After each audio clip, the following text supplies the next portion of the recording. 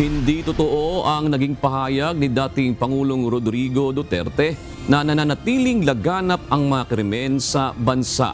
Sa isang pahayag, mariing pinabulaanan ni Executive Secretary Lucas Bersamin ang sinabi ng dating presidente at ipiniliwanag na base sa datos ng Philippine National Police, malaki na ang ibinaba ng naitatalang krimen sa Pilipinas.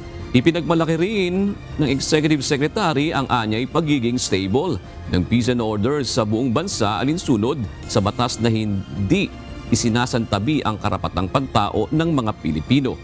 Nilinaw rin ng opisyal na hindi outdated ang impormasyon hinggil sa drug raid na nangyari sa San Miguel, Manila kung saan naaresto ang isang suspect at partner nito, gayon din ang pagkakarecover ng ilang drug paraphernalia mula sa mga ito.